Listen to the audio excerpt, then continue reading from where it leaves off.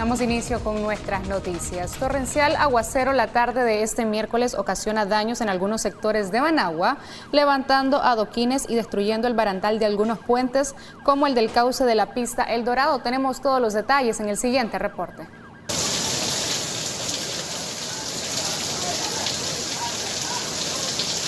Una vez más se desbordó el cauce El Dorado a consecuencia del fuerte aguacero que cayó la tarde de este miércoles en la capital. Pese a que hace pocos días la comuna capitalina limpió la zona, las fuertes corrientes arrastraron la basura proveniente de los barrios del Distrito 5, provocando que la capacidad del cauce rebasara su límite. Los conductores de vehículos particulares, buses, camiones y los peatones corren un peligro latente al querer pasar por el lugar, ya que la fuerza de las aguas en más de una ocasión han provocado tragedias. Lo está arrastrando, mirá, lo está arrastrando, mirá.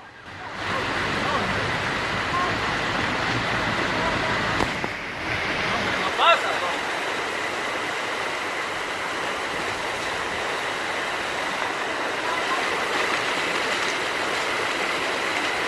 El conductor de este taxi estuvo a pocos metros de caer al cauce de la Reinaga, si no hubiese sido por el conductor de este camión que lo auxilió. ¿Alguien urgente? Es que es urgentísimo, señor, está a punto de irse del cauce. Está a la orilla, decirle del cauce. Ya vienen. Por fin contestaron.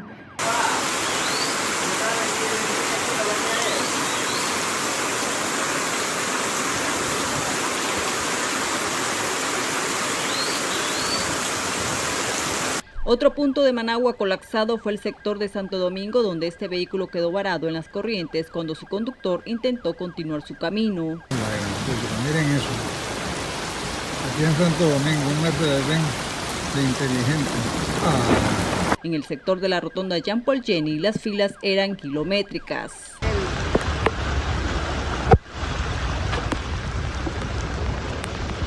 Ahorita no te vas a la casa. No te quedas a dormir en la mía. Hay ser gente que está pegada. Para Acción 10, Marjorie Vargas. El desborde de algunos cauces originó inundaciones en calles y viviendas en barrios como el Pedro Joaquín Chamorro y el Hilario Sánchez. Detalles en el siguiente reporte. Managua se sumió en agua durante el torrencial aguacero caído en la capital la tarde de este miércoles 3 de junio. En redes sociales se hicieron populares los pietajes recabados por la población que vivió este hecho.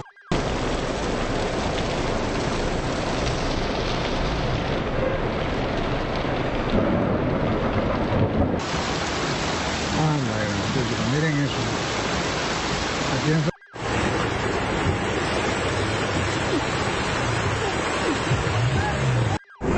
Porque nos has elegido como tu mejor radio. Esto sí es verdadera fiesta tropical. Barrios como el Pedro Joaquín Chamorro, Hilario Sánchez, entre otros, se vieron inundados y sus cauces rebalsados. En el caso del barrio Pedro Joaquín Chamorro, este equipo de prensa logró constatar de manera presencial los estragos dejados en parte de las calles luego que el cauce se viera rebalsado. También se logró observar a miembros de la alcaldía de Managua realizando limpieza de los restos dejados por las fuertes correntadas. Hasta el momento no se conoce pronunciamiento por parte de autoridades edilicias o de defensa civil respecto a acciones a tomar en estos casos. Sin embargo, se mantiene a la espera de posibles acciones. Para Acción 10, Pedro Hidalgo. En el barrio El Riguero, los adoquines se dieron a la fuerza de las corrientes y en el barrio Grenada, las aguas que atravesaban el cauce dejaron una vivienda a punto de colapsar. Más detalles en el siguiente reporte.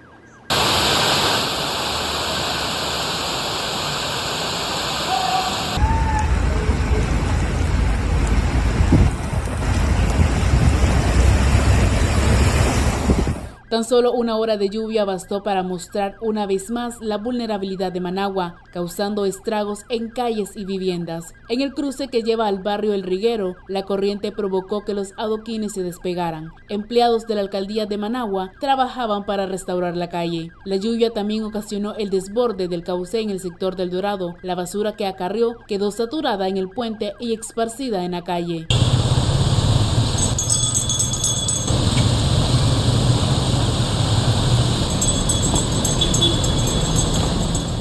En el barrio Grenada, doña Socorro Rivas es una de las afectadas. Ella habita a la orilla de un cauce y el agua socavó parte de su vivienda. Solicita la asistencia de las autoridades gubernamentales.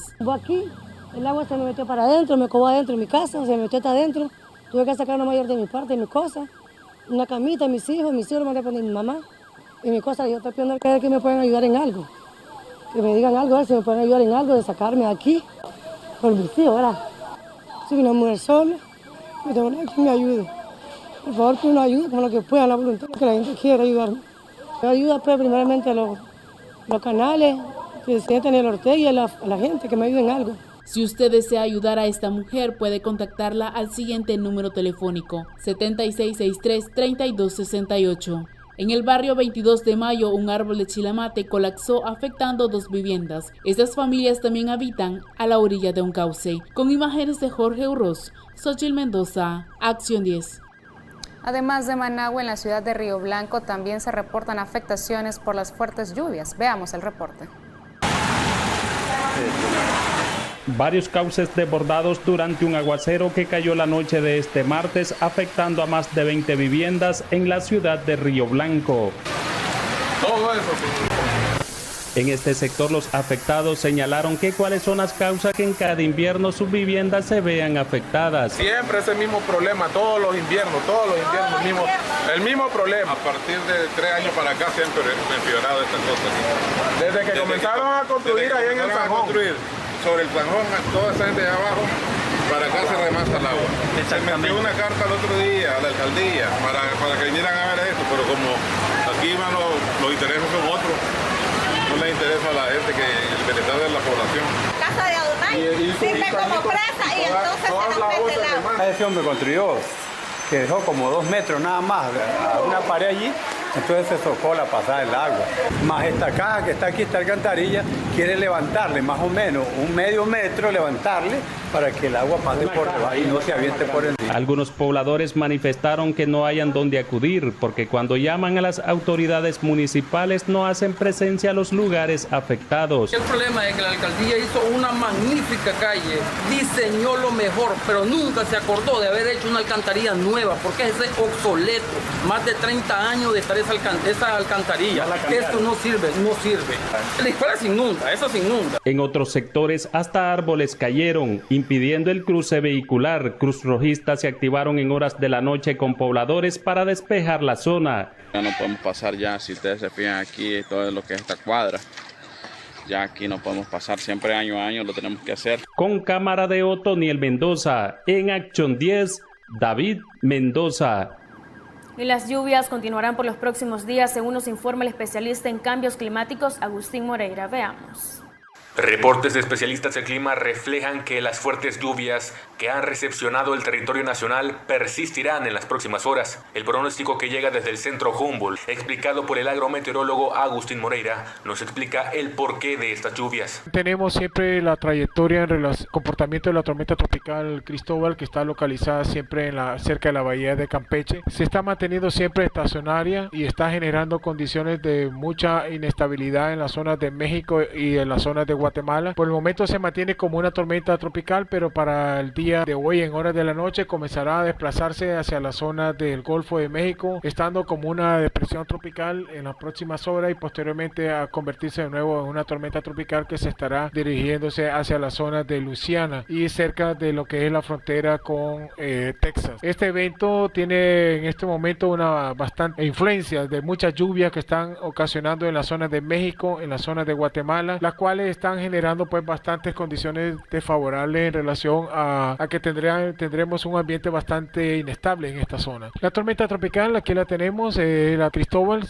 viene en la onda tropical número 4, la número 5 que viene enseguida, viene con dirección hacia las Antillas Menores. Nicaragua se mantiene bajo una baja presión de 1010 a 1012 milibares. Según el especialista, el clima de los próximos días será igual. La imagen actual, mantenemos ahorita bastantes posibilidades de lluvia fuerte en las zonas de Managua, en la zona del Pacífico Sur, la zona de Boca de Sábalo, Río San Juan, la zona del Caribe, la zona del Triángulo Minero y la zona de Matagalpa hacia la zona del área de Dipilto, Jalapa. Todas estas nubosidades estarán ingresando en las próximas horas en el territorio de El Salvador y esto en las zonas de Nicaragua que estarán generando estas condiciones. Se recomienda a la población no exponerse a las fuertes corrientes que puedan ser generadas por las constantes lluvias que caerán en territorio nicaragüense. Para Acción 10, Pedro Hidalgo.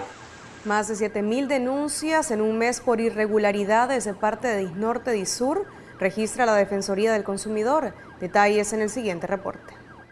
El gobierno de Nicaragua y la Cámara de Energía, dirigida por César Zamora, no consideran necesario reducir la tarifa energética en el país, donde pagar ese servicio se hace cada vez más difícil para familias y comerciantes. El factor común son los recibos alterados y el desempleo, lo que ha provocado que los afectados se desborden en las oficinas de consultoría al consumidor. Así lo reveló Juan Carlos López de ese organismo. Se ha dictaminado casi 7.000 reclamos, entre reclamos y denuncias. Justamente a algunos pues se le hace un proceso de revisión, se le ayuda a reclamar ante Disnorte, ante el INE. Hay usuarios que inclusive el consumo se le ha triplicado. Estás hablando casi de un aumento del 150, 100%, 25%, 80%. El defensor de los consumidores se prepara para entablar una demanda contra la empresa generadora de energía. El INE tampoco protege a los usuarios. Nosotros estamos en aras, como te digo, de la elaboración de la demanda. Estamos obviamente abasteciendo de la información para los consumidores y obviamente esto se va a presentar pues en su momento. Lo tenemos hasta el 15 de junio para recopilar, otra semana para recopilar toda la información de los usuarios. Debe ir la información bien determinada para obviamente tener sustento y se va a pedir sanciones a la empresa distribuidora, al INE, y te digo justamente, el caso es probable que vaya a ser a nivel internacional, pues porque demostrar que hay violación de derechos humanos entrará a la Comisión Interamericana de Derechos Humanos. Con la llegada de la pandemia, distintos sectores han hecho propuestas para que el gobierno reduzca la tarifa energética. El último fue el Consejo Superior de la Empresa Privada. Al gobierno aparentemente solo le importa legislar en temas políticos, legislar solo a su conveniencia. Todo lo que la población o la oposición pues le plantea absolutamente no nace por parte de ellos. Y obviamente mantiene un régimen cuadrado, pues completamente, un régimen donde la gente tiene que aguantar los atropellos de muchas instituciones. López consideró que es momento de hacer esfuerzos de manera conjunta para presionar a las autoridades y que así se llegue a un alivio a los consumidores de energía, agobiados por tantas injusticias. Willy Narváez, Acción 10. Por la incontrolable transmisión del COVID-19 en nuestro país. La Organización Mundial de la Salud expresó su preocupación por el manejo que se le da a la pandemia del COVID-19 en Nicaragua. Este miércoles, el director ejecutivo del programa de emergencias de la OMS, Michael Ryan, aseguró que en el caso de Nicaragua les preocupa por ser un país vulnerable que atraviesa por la fase de transmisión comunitaria donde no se establecen medidas como el distanciamiento social o cuarentena. El funcionario agregó que es difícil controlar la transmisión comunitaria una vez instalada, por lo que es necesario ejecutar estrategias integrales de medidas públicas donde la comunidad participe, además de tener una gobernanza muy sólida y un compromiso sostenido en el tiempo, aunque asegura que aún con esto el virus puede ser incontrolable y provocar mucho sufrimiento y fallecimientos. Ryan sostiene que es importante poner en práctica el distanciamiento social para reducir significativamente los contagios. Este martes, la Organización Panamericana de la Salud dijo que coincidía con el llamado de asociaciones médicas a una cuarentena nacional en Nicaragua con el objetivo de prevención ante el avance de la pandemia. Marieser Ordóñez, Acción 10.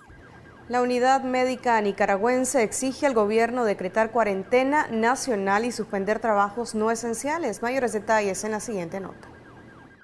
La Unidad Médica Nicaragüense, a través de un comunicado, respalda el llamado de asociaciones médicas a realizar una cuarentena voluntaria, proteger al personal médico y de extremar las medidas individuales de prevención.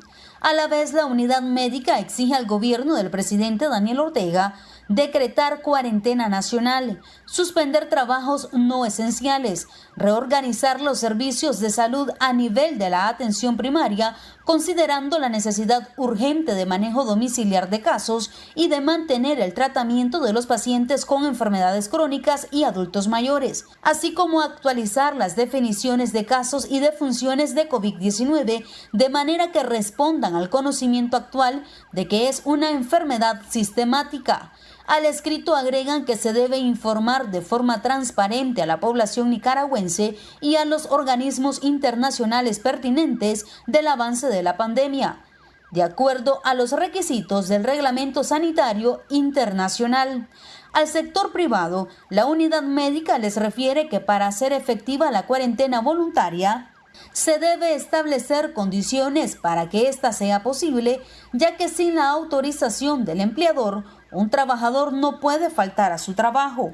La unidad médica reitera en su comunicado su absoluta disposición y compromiso de seguir trabajando en función de la población en general y en especial del gremio médico nicaragüense. Marigueser Ordóñez, Acción 10. Continuando con más noticias, AmCham respalda el llamado de 34 asociaciones médicas a una cuarentena voluntaria nacional ante el incremento del número de casos de COVID-19. Los detalles en el siguiente reporte. En su comunicado, AmCham hace un llamado a la reflexión y orientan a sus agremiados para que aquellas empresas de negocios no esenciales se sumen al llamado de autocuarentena. En AmCham hay más de 300 empresas de las más importantes del país, ¿verdad?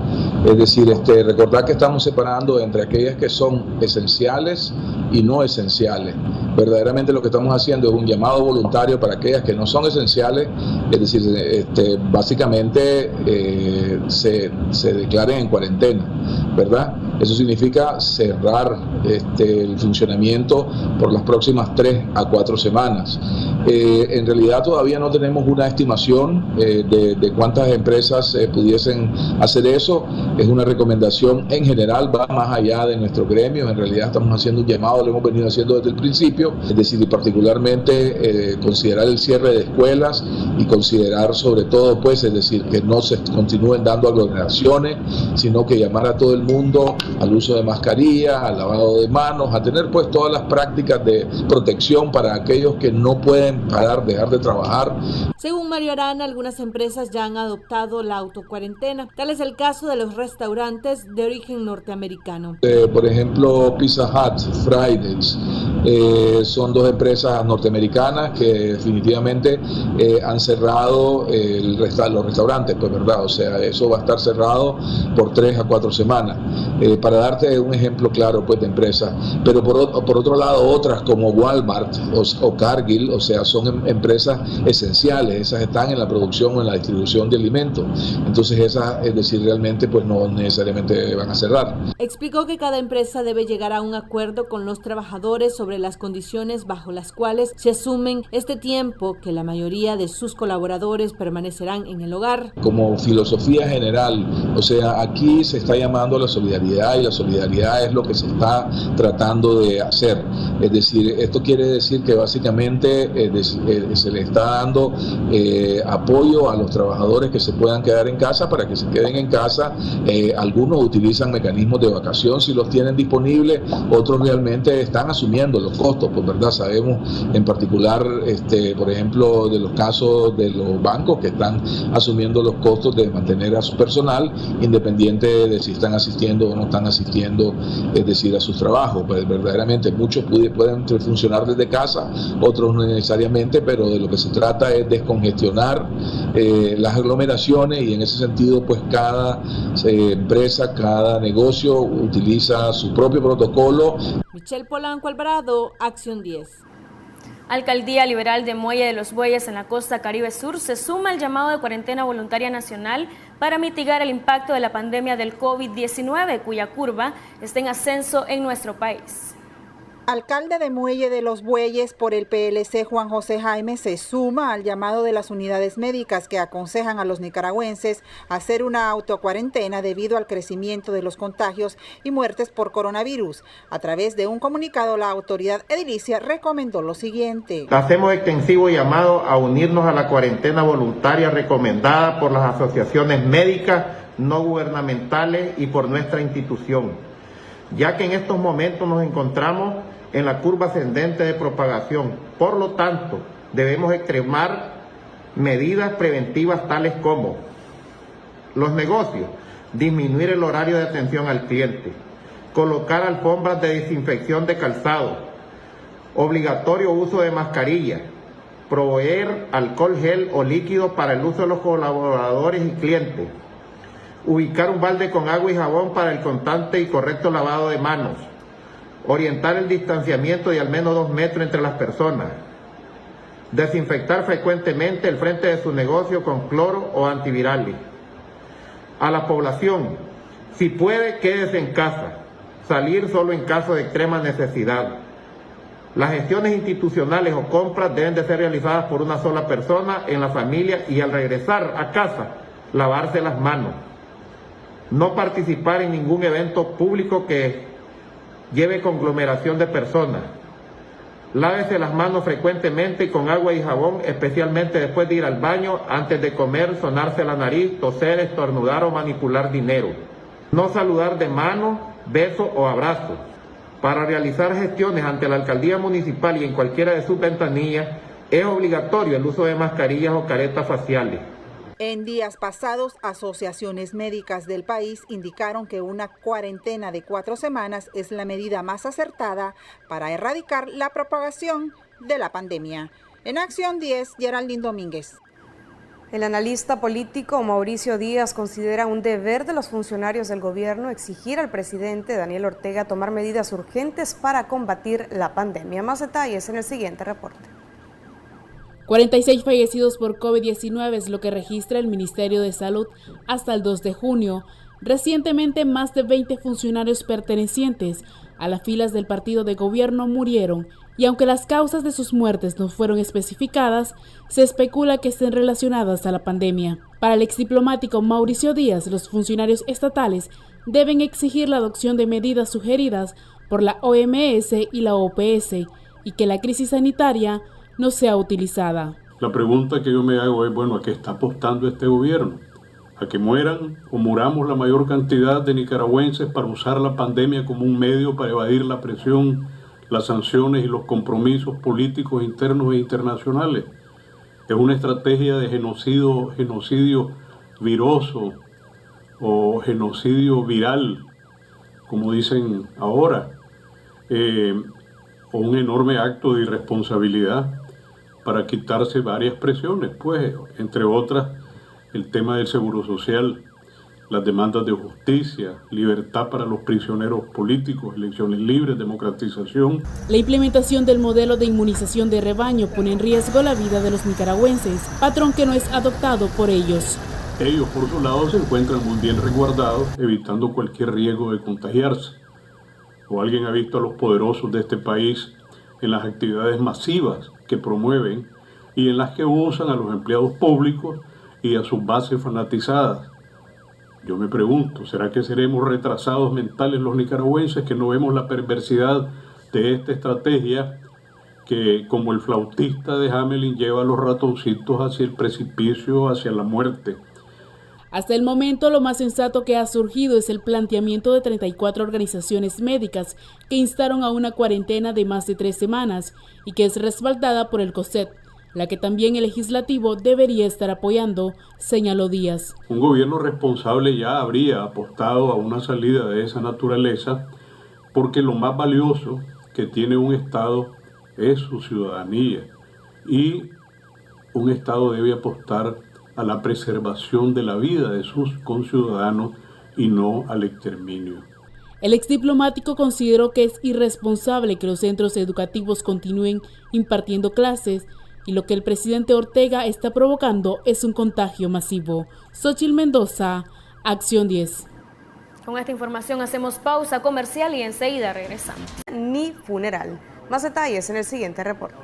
Otro entierro express de un señor de 59 años de edad que, según nos confirmaron sus familiares, falleció a causa del coronavirus en horas de la madrugada de este miércoles en un hospital capitalino, se realizó a eso de las 11 de la mañana en el cementerio de la comunidad de San Pablo del municipio de San Rafael del Sur, y con el que, de acuerdo a cifras extraoficiales, ya suman 6 personas enterradas en este camposanto y que supuestamente perecieron por el COVID-19. Tiene 17 días con hoy de parecer de una tos y calentura, y después dieron los resultados pues, y salió él confirmado con la enfermedad. ¿Cuántos días estuvo en el hospital él? Él estuvo 3 días en el hospital. ¿Él falleció hoy? Hoy a las 2 de la mañana. ¿Qué edad tenía él? 59 años tenía él. El adolorido hermano del ahora occiso le hace un llamado al pueblo a cumplir con las recomendaciones para evitar el contagio, muerte, dolor y luto en nuestras familias. Y le pido a todo el pueblo de Nicaragua de que se protejan porque eso anda dando duro. Yo sé que la gente no cree pues, pero eso se está propagando por todo Nicaragua y necesitamos de que lo protejamos. En este mismo orden, el sacerdote Víctor Manuel Pérez de la parroquia Virgen de Fátima de la comunidad El Salto del municipio de San Rafael del Sur brindó importantes consejos en el ámbito espiritual y de lo imprescindible de las recomendaciones médicas para no ser contagiados y víctimas de esta mortal pandemia que azota San Rafael del Sur, Nicaragua y todo el mundo. Ante este tiempo difícil no podemos olvidar que nuestro auxilio es el nombre del Señor. Toda nuestra confianza plena en Dios. Y si Cristo ha resucitado de entre los muertos, también puede vencer esta pandemia que nos agobia. Y lo segundo que quiero compartir con ustedes es que nos cuidemos todos. Bien sabemos que Dios es el que nos dará la solución a toda esta dificultad, pero no olvidemos tampoco que el Señor nos ha iluminado para actuar con prudencia. Actuar con prudencia es tomar todas las medidas necesarias para evitar posibles contagios ante esta pandemia que nos agobia. Cabe mencionar que con este otro entierro express en la comarca de San Pablo ya suman 10 muertos que presuntamente provoca el coronavirus en todo el municipio de San Rafael del Sur. Les informó en Acción 10 Eric Hurtado Urbina. El economista Eduardo Solórzano considera drástico el aumento de contagios por COVID-19 en Nicaragua, tanto en las cifras oficiales que brinda el MINSA como en el conteo que realizan médicos independientes. Veamos.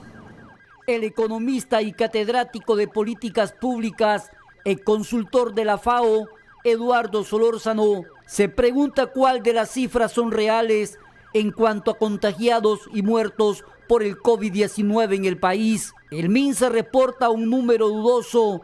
El Observatorio de Médicos Independientes reflejan cifras alarmantes 5 veces más que el oficialismo. La estadística es un instrumento para poder hacer pronósticos, escenarios, para poder tomar las mejores decisiones.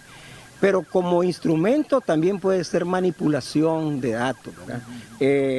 Actualmente nosotros vemos con gran dificultad que coincidan los datos del MINSA, que publican a veces una vez a la semana, antes eran diarios, con los datos que lleva el Observatorio COVID-19 de médicos e independientes investigadores. ¿Qué es lo que notamos nosotros?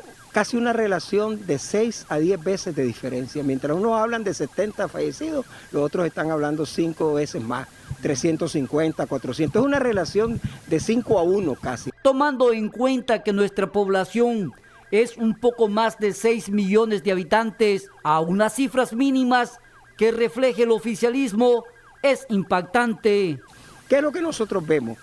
Entierros, fallecidos, y lo más preocupante, que si los que tienen recursos, como son diputados, ministros, están muriendo o falleciendo, sea como sea, coronavirus o no le llamen más que neumonía típica, al final es un muerto más. Pero, ¿cómo estará el pueblo que no tiene esos recursos ni para pagar un hospital?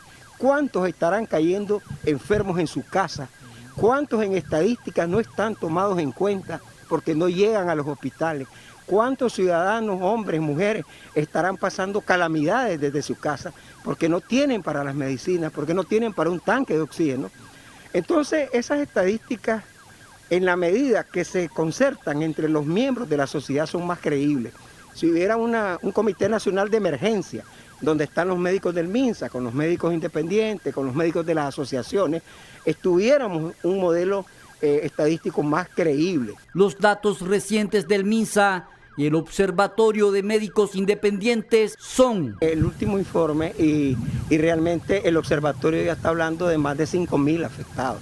De eso, por lo menos se habla de unos 300 y pico de fallecidos. Ahora, cuando de la cifra oficial habla de 70, la última que dieron, 74, pues por ahí anda, no llega a 100. Entonces tenemos una diferencia de 3, 4 veces. No es lo mismo 1.000 o 2.000 afectados en una población de 6 millones que 1.000, 2.000, 3.000 en una población de 10 millones. O por ejemplo, cuando dicen 100.000 muertos lleva Estados Unidos, pero Estados Unidos tiene 200 millones de habitantes o más. Brasil está en el repunte de miles pero Brasil tiene 200 y pico millones de habitantes. O sea, el impacto en los países pequeños como el nuestro es brutal. Resulta inexplicable cómo se ha politizado la pandemia del coronavirus en el país, sin importar que mueran, como se dice popularmente, moros y cristianos. Con cámara de Erasmo Hernández, José Abraham Sánchez, Acción 10. Continúan en aumento las muertes y contagios por COVID-19 en la región centroamericana. María Esther Ordóñez con el último informe del SICA emitido este miércoles.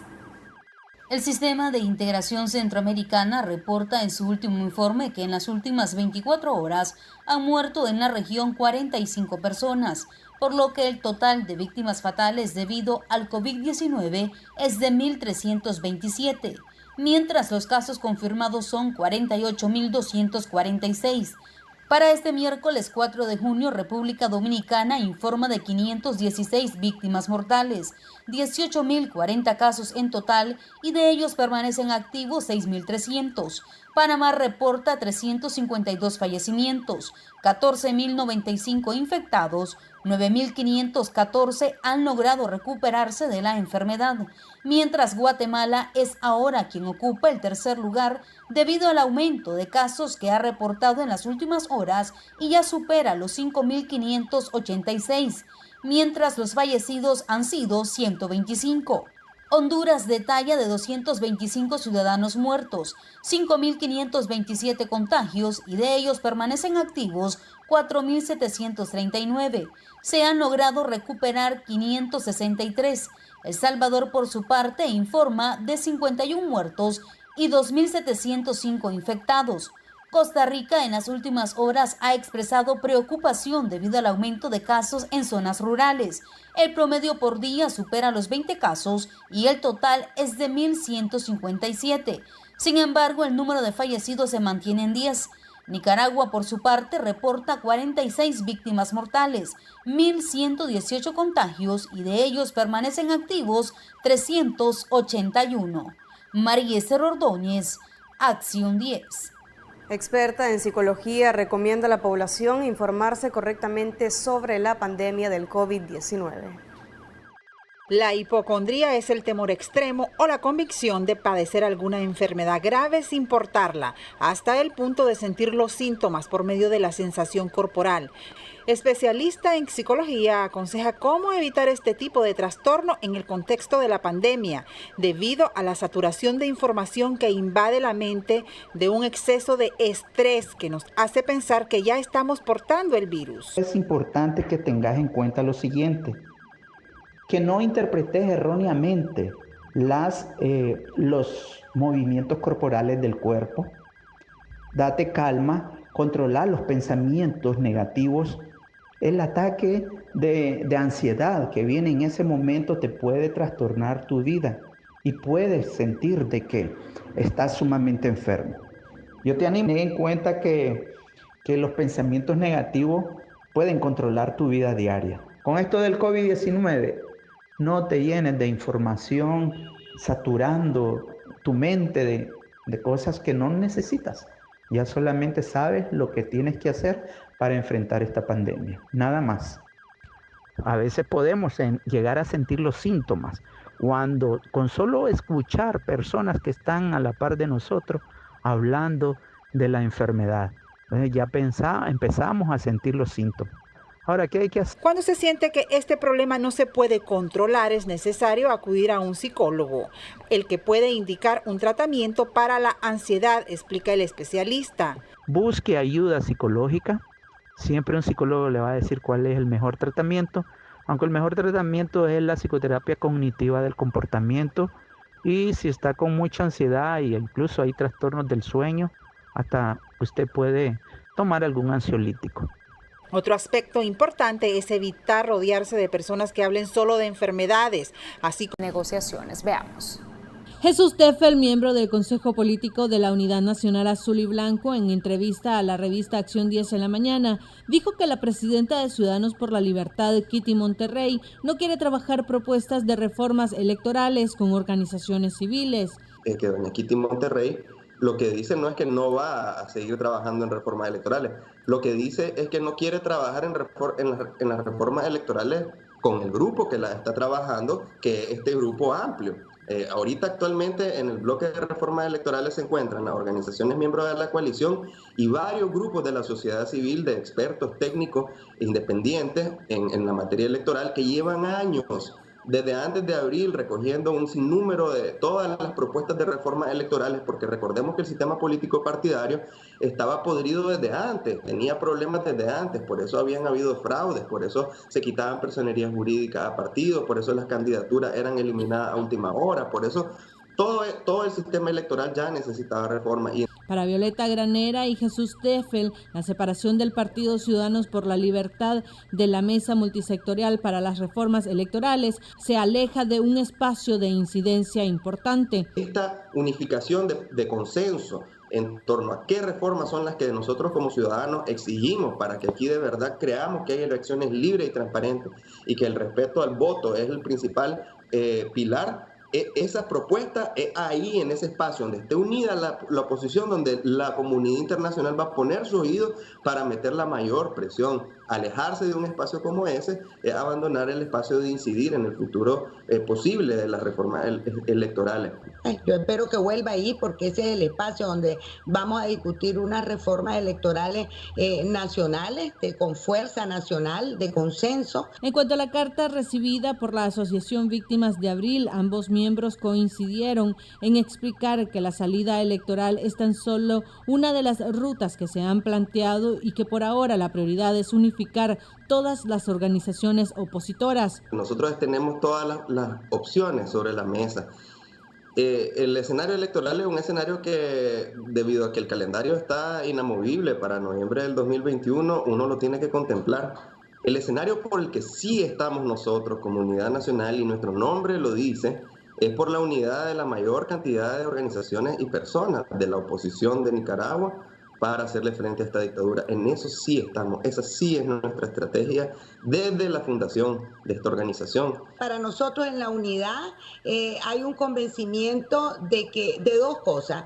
Una, que no hay salida posible si no nos unimos toda la oposición. Y ese es un esfuerzo que a ustedes les consta en el Canal 10, del que hemos venido hablando insistentemente, y todos hemos hecho sacrificios para lograr esa vía. La única organización política que no ha hecho ningún esfuerzo hasta ahora, pero que las puertas han estado abiertas, es justamente C4L, pues, que tienen un poquito esa visión de que es conmigo, es alrededor de mí. Este martes, la Asociación de Víctimas de Abril, AVA, emplazó a la Unidad Nacional Azul y Blanco a no continuar apostando por elecciones con Ortega en el poder. Michelle Polanco Alvarado, Acción 10. Empresas agremiadas al COSEP se encuentran laborando en un 60% a través de sistemas en línea. Detalles en el siguiente reporte.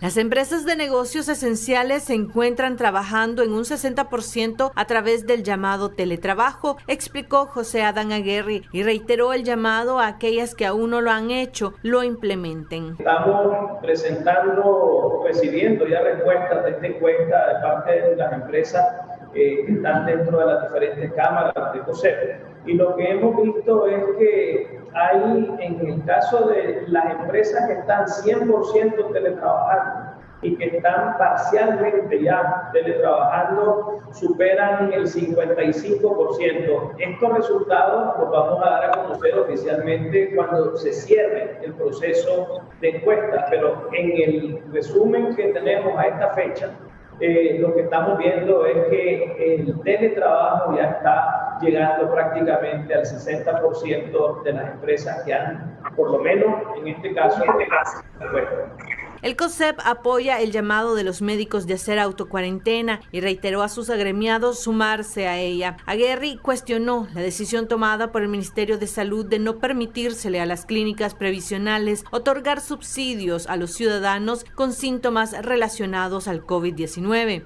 Se le quitó a estas clínicas y básicamente le están trasladando esa decisión directamente al INSS, y esto provoca un problema. Obviamente aquí hay una situación de tratar de evitar en alguna parte de esta medida lo que es el pago de mayor o el desembolso de recursos en estas circunstancias, pero la realidad es que las empresas tienen que tomar responsablemente esta situación, y aunque no se darle a ese trabajador ese espacio para que se vaya a hacer esa cuarentena, porque al no existir el subsidio, que es lo secundario en este momento, lo que no queda definido claramente es si esa persona está contagiada o no. Lo que vos tenés que asegurar es que el resto de colaboradores de esa empresa no se contagien.